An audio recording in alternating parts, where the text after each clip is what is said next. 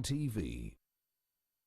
8 minutes past 8 a.m. I'm Arnold Sagawa. Welcome back to our morning at NTV. Let's move on to some politics now in the on the eve, should I say, of the 2021 general election. The election is, well, the campaigns are getting underway and it's getting quite heated.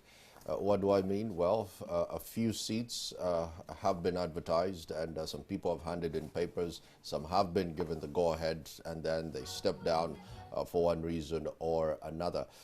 This particular party is, of course, the NUP. To help us break down this particular conversation, I'm joined by the General Secretary for the NUP. That's David Lewis Rubongoya. David, thanks for making time to speak to us. Thank you so much for having me. I hope I explained that incisively. There were people picked up nominations. They headed. I'm speaking in regards to the mayoral race for Kampala. They headed over. They thought they had submitted each and everything that they needed. One person was picked up, and that's of course Lateef Sebagala. Then, just a few days ago, he said he would not be running. Is that a clear summation of what actually transpired? Yeah, that's actually a clear summation of what happened. And but I wanted to say that stepping down, just like running for office, is an individual decision. So Honorable Lateef, alongside other candidates, submitted their papers. They were vetted, and he emerged the candidate for the party through the vetting process. And then a few days later, he decided to throw in the towel. He decided to withdraw from the race. He addressed a press conference and did the same thing. So it was an individual decision, which, I mean, even if you look at the electoral laws of Uganda, a candidate can withdraw from the race anytime before nominations. But isn't this something that he could have considered before he actually picked up the forms? Maybe, I think, I mean, he's in the best place to answer that, but maybe the circumstances which caused him to finally quit came right after he was declared the flag bearer for the party. I don't know, I've not had a chat with him about that, but it's really about him, and I think he's best suited to answer that specific question. As it stands right now, what is the way forward? What happens now to this particular position? Are you then ready to field someone else? And first answer that before I ask the follow-up question. Yeah, so as you know, every time somebody steps out of the race, if the person has been declared flag bearer already, then that position becomes vacant, it will be re-advertised and people apply. So yesterday the Election Management Committee re-advertised that particular slot, and people are free to pick expression of interest forms, return them, and by the close of deadline tomorrow, we'll see if some other people will have expressed interest. If no one expresses interest in that position, then we can go to other conversations. But this is where it gets confusing for me, because what Honorable Lateef did for me was unprecedented, at least in our petty politics in our dear country. I was very surprised that someone could get the go-ahead, and then out of the spirit of statesmanship or partyship, he says, you know what, out of the spirit of the opposition, this is not right. We're spreading ourselves too thin. Let me step away. Now, in you re-advertising as the NUP to fill the same slot that someone won before and said it's not fair for me to move forward with this, aren't you defeating the same rationale that Lateef walked away from? I don't think those are the words which the Honorable Lateef used specifically. He cited many reasons why he was doing this. But I think again, as the NUP, we've been very clear that we want to work with all forces of change, and we've been engaging with them. I mean, right from the presidency to all other positions, our desire would be to have joint opposition candidates in the coming election. But then there's something, once you are into a political party, you find that you have a demand on yourself to comply with certain guidelines, including your party constitution and those other things. So our preference and what we're trying to do is that the political party called NUP should come to a table with all these other political parties. The question of cooperation with other parties is never an individual decision. It has to be an entity cooperating with another entity. And we are very actively pursuing that. But I mean, he walked away and now you're re-advertising the spot. No, because, again, like I said, if somebody walks away from a position, I'll just give an example. Someone has been declared a member of parliament and has won. When that person dies or resigns or something like that, the laws say you re-advertise the position. Now, at this point, I do not know if some other people will come up and what the election management committee of the party was doing is to do what the regulations require of them. Now, but also because there has been some bit of confusion. What happens when somebody steps? Does it go to the second person? Does it come to, what happens? So in order to clear that, the election management committee had to come out, re-advertise this slot.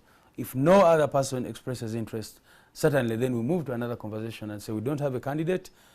You comrades in the struggle, can we come to the drawing board and can we get to the table and talk? Speaking of other comrades, there's another comrade, Joseph Mayanja, who happened to be in the race until just a few weeks ago. Posters were up, everything was up in arms. Just give me a sense of what became of this particular comrade. Is he still a member of the party, at least to your knowledge? Yeah, to my knowledge, he is still a member of the party. At least he has not, you know, you lose membership by either resigning, you write to the party and say, I no longer want to be a member, or by the other ways by which you lose membership, including supporting candidates against the party candidates, etc., etc. All that legal stuff, I don't want to go into it. But he applied and he was vetted. In its wisdom, the committee, our election management committee, thought that there was a candidate who was better than him. I mean, for their own reasons. Now, the person who was given the ticket decides to quit the race. What that means then is that that position is vacant. And I'll just give an example. Once, you see, if it is before a candidate is declared, a flag bearer is declared, then it's different. Now you have to consider the other candidates in the race. But you declared someone, so yeah. But once you've declared someone and the person says, no, I'm no longer interested, then it means that you have to reopen. And if he applies, certainly he will once again be considered by the election management committee. Fascinating. The other debacle that I've been seeing and has been quite confusing happens to be around before the vetting process happened. Take, for instance, in Ruwaga, there's a gentleman by the name Mubiru. He printed everything, he put out Mission 2021. He's been at it for quite a minute.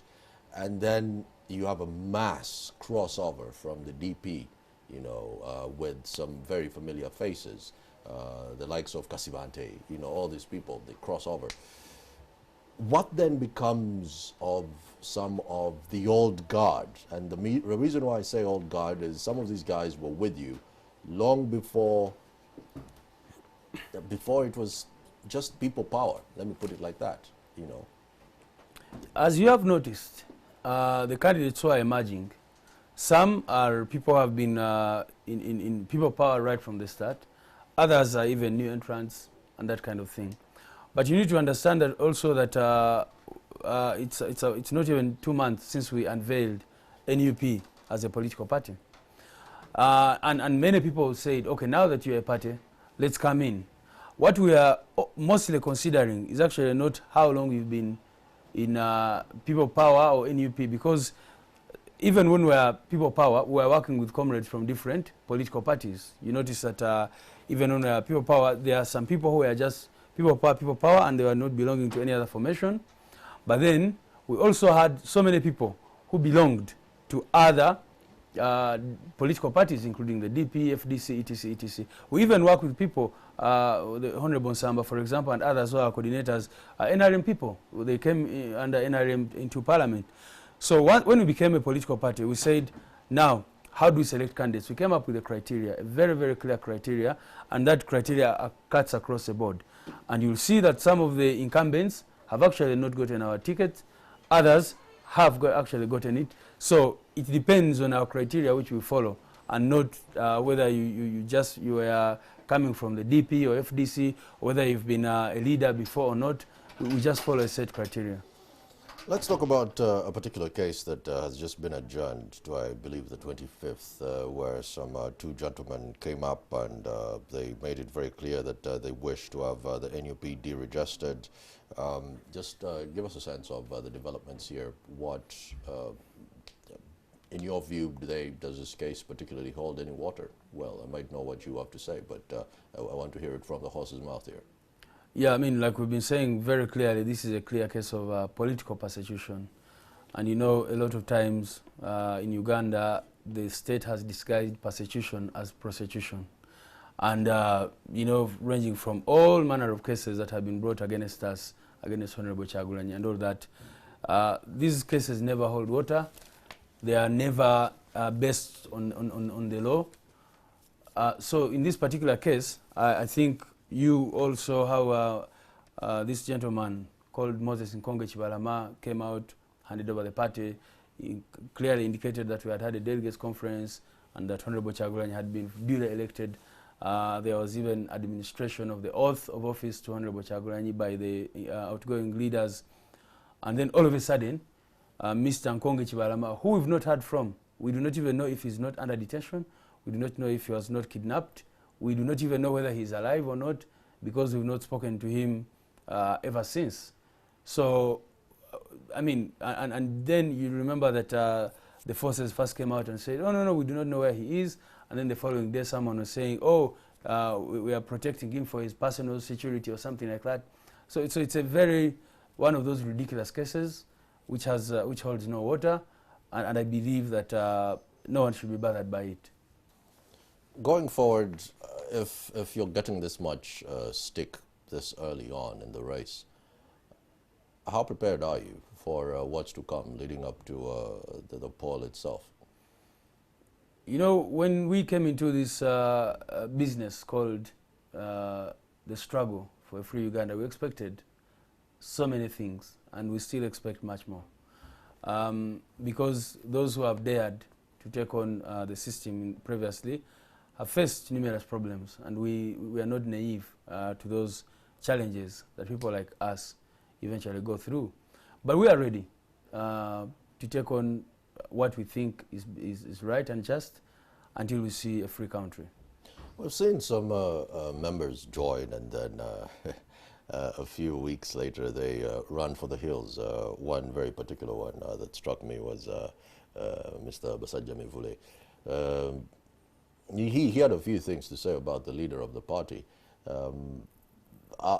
And what is your comeback to if someone wakes up, joins a party, and then he gets there and in his view he realizes that maybe this is as bad as what I was experiencing before? What would you say to that? In 2 days, you're saying that somebody comes and joins the party in 2 days and then realizes that it's worse than where I came from? You need to understand that in Uganda, one of the most lucrative businesses, actually what I would call the most lucrative business, is called Bobby Wine, or the Honorable Kyagulanyi Sentamu Robert. Through him, people have gotten all sorts of favors from the state because of him. I mean, he's the worst enemy for the state, but also the best friend to many of these people who want quick money and that kind of thing. So you'll see a lot of them coming, taking pictures with him, so that they go the following day and get paid by the state. And they say, oh, you know, I mean, we've seen so many people who came, got 2-3 pictures with Bobby Wine, Honorable Kyagulanyi, and then before you know it, they go and sell them and say, you know, I'm very close to him. See, here I was with him taking tea, here I was with him somewhere, and they think, and because we live in a decadent system where, which is extremely corrupt, and where the focus of the state is just keeping power, they will just dish money out to these individuals. So it's not based on principle, and we expected it. So we're not bothered by such people. We know that they came for a mission, and they fulfilled it.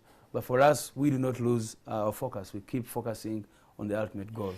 David, I'm going to just move gear just a bit and move away from the current affairs side of this particular conversation. And let's talk,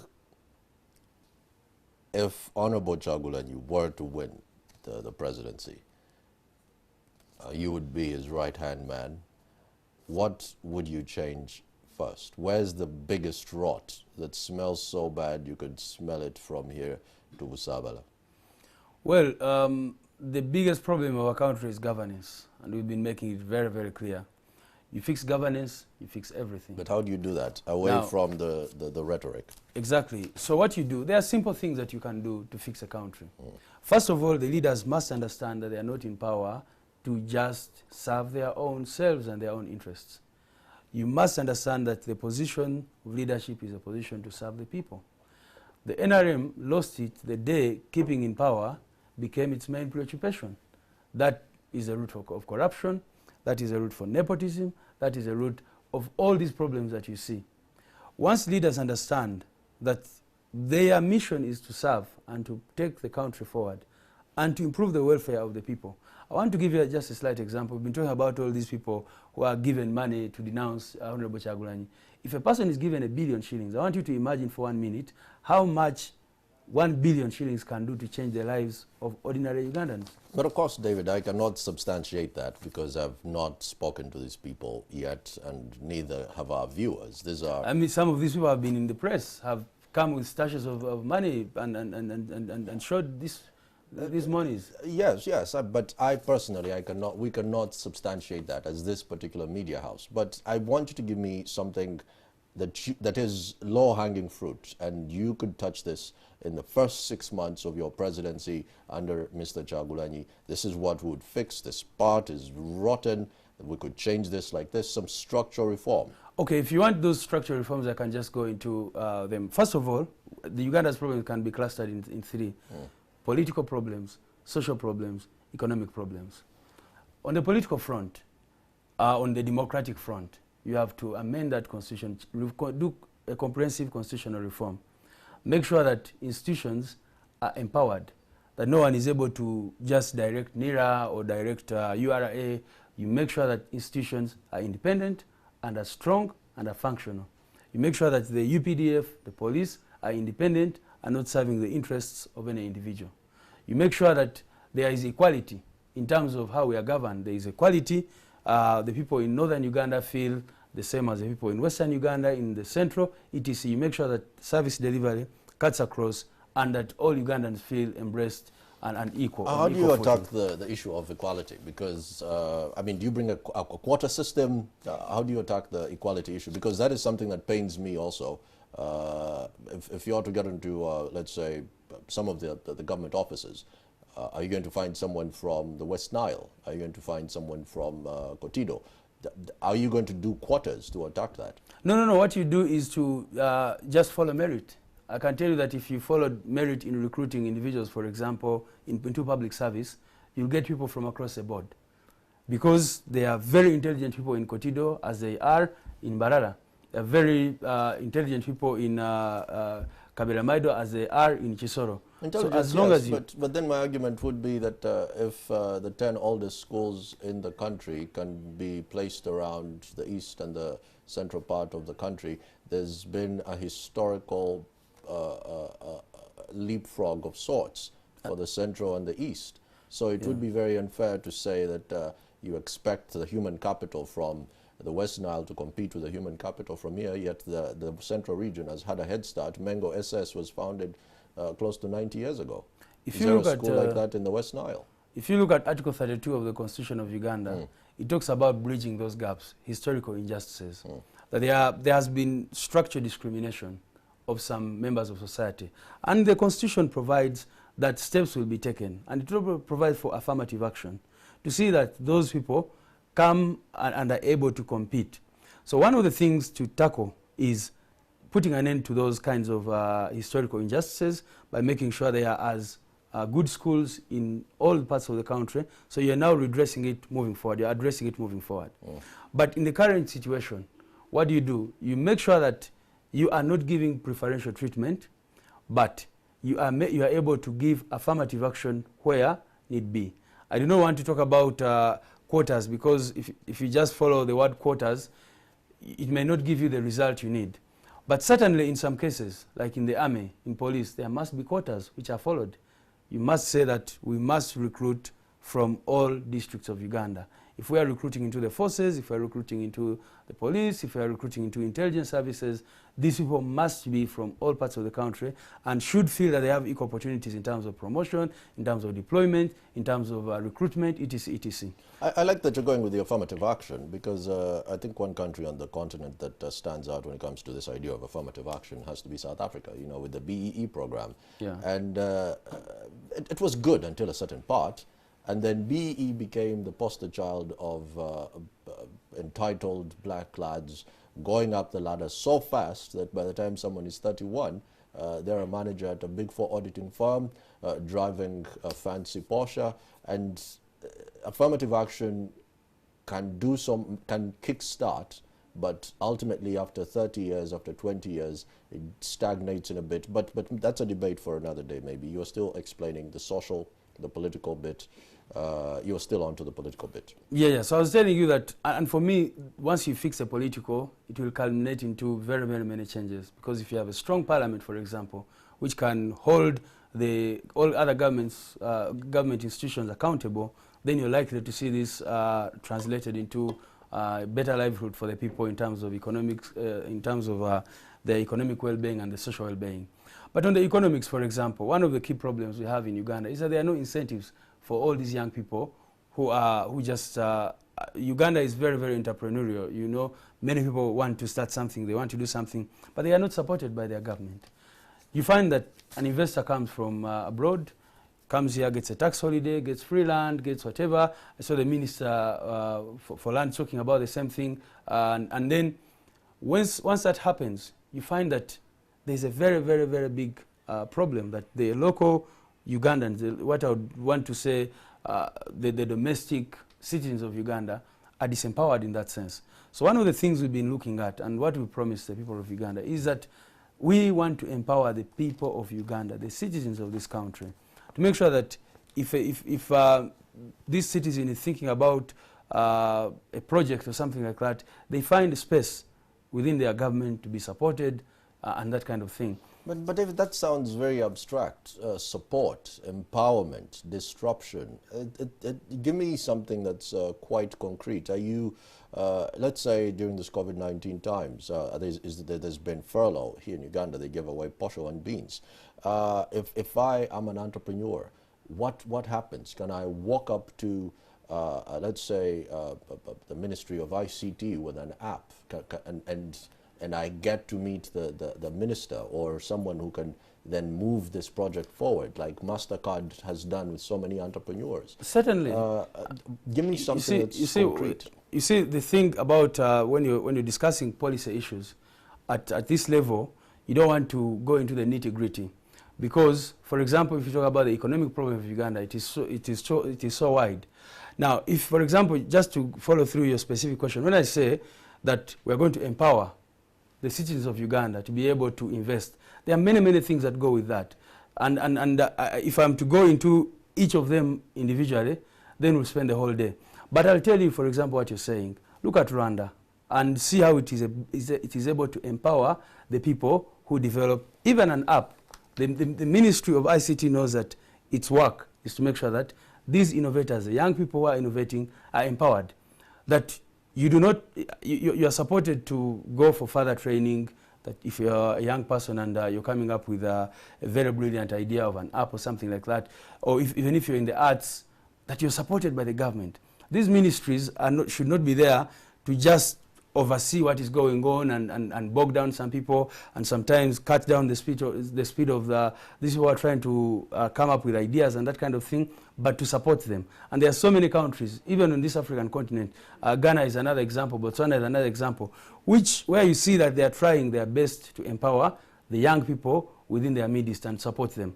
But if you take it out from the ICT and look at this common person on the street, instead of government taxing them heavily and that kind of thing, the government should actually be supporting them. Make it easy for these people to do business and to make sure that you're not introducing new taxes, bogging them down and that kind of thing. Look at electricity, look at downtown and the electricity prices. So these, you just look at the structural issues around empowering your own citizens and to make sure that the economy works for the common Ugandan. I was moving on to the social issues, and the issues social, I can talk about healthcare and education. Very, very critical, very, very important. And that's why I say that you cannot look at one thing in isolation of the other. Because, for example, if I look at military spending in this country and consider that we are not at war, and look at the classified expenditure, I can tell you if you got this money and diverted it to education, diverted it to healthcare, you are likely to find that the lives of the people of Uganda are improved. Overnight, actually. I can tell you, we have recently crafted our own budget, saying that assuming that the same money which is available now was available to us, what would we use it for? And we could see that in a very, very short time, you're talking about 6 months, in a very, very short time you can improve the lives of the people by just rediverting, getting the budget of the country and reprioritizing, making sure that all this money which is wasted on foreign travels and that kind of thing is put into improving the lives of the people. Why should Ugandans have to go to Aga Khan for a simple operation? Why should Ugandans have to go to India for cancer, to get access to a cancer machine or something like that? Why don't we have that here in this country? But then when you look at the cost vis-a-vis what is spent on patronage, for example, you do not want me to go there, but it's clear every Ugandan knows the levels of patronage in this country. If you look at the money which is spent on those things, you realize that if it's just a matter of reprioritizing where the public resources go, and the lives of the people will be better. Who do you think is the worst performing minister as it stands right now? I think the NRM regime is not performing well. I wouldn't say a specific minister. I think there's a few who try to do their job, but there has to be one that you could say that this person would not survive in our regime. Who do you say would survive if you came in power? It would survive in your regime, and who wouldn't survive? Without going into specifics, I certainly would tell you that there are many people, good people, who are serving a bad system. And I want to focus on the system and not individuals. If you got a Ugandan, and that's just an example of what happened, the excellence, you get a Ugandan doctor, throw them into Aga Khan, they're excellent. Get the same doctor, bring him here, and you do not see their work. Why? There's better equipment the other side, opportunities for growth, etc., etc. Likewise in the politics, there are so many Ugandans who I think are forthright, but who are serving a very bad system. And that's what I'm asking you, because, well, and you're not giving me a straight answer. I don't want to give a specific answer. There has to be a few people who you are, take for instance, when Madiba, Nelson Mandela, goes into the office, first day as the president, all the white people are packing their bags, you know, because de Klerk is out. And he tells them that, no, you've been serving the president, and it's you're South Africans, and it's only fair that you actually stay and work for me as the president and serve your people. And unless you're telling me that if you were to walk in as the new regime, you would fire each and every one and come with the red berets for each one, then I would take that. But if you're not telling me that, there has to be one or two people who you could point at and say that this person is decent. So you are deliberate. You want me to cause the sacking of somebody? Because, you know, if Honorable Chagulanyi or even anyone in people power comes up to give praise to any government official. Last I checked, there was freedom of speech in the country. You could give me a lecture on that. But like I'm saying, every time we've tried, actually, in the past, we've tried to actually say, oh, this person is good, we would, and then before you know it, they're knifed. So I'm not here to cause the knifing of some of those people, but I can tell you that we have discussions with many of these people who say, no, no, no, this is a very rotten system. We do not agree with what goes on. But they're there. And you'll see, on the day when NUP is in power, you'll see these people some of those people begin to do the right things. Certainly there are those who are not able to be saved, and those will certainly be booted out. Before I let you go, there was a particular debate at the height of the lockdown where retired Colonel Kizza Besigye came up and mentioned maybe it's time that some people accessed some portion of the NSSF money. What was the NUP's position on that? Because at least we got the blue side of this particular debate. What was the NUP's position on this particular predicament of some people accessing their funds before the maturity age? No, actually, I think we issued a statement about it as well. and said that we thought it was reasonable and fair, because NSSF is social security, and if you cannot, if the citizens cannot benefit from their social security fund on such a bad day, what's the purpose of it? So our position was that actually it made logical sense for people to get part of their savings and use that money in this time when the situation was very, very tough for them. David, any last words before I let you go? My last words are to just assure the people of Uganda that our struggle for freedom and democracy is on, and to assure the people of Uganda that we shall win with their support. We encourage them to be resilient, to continue to be firm, to continue to stand their ground, and to know that there are better days ahead for our country. David, many thanks for making time to speak to us. David Lewis Rubongoya, who is the Secretary General of the National Unity Platform. That's where we'll leave it for this particular session of Morning at NTV. Just 20 minutes to 9 a.m. I'll be back tomorrow morning. More of the same. For me, have a good morning.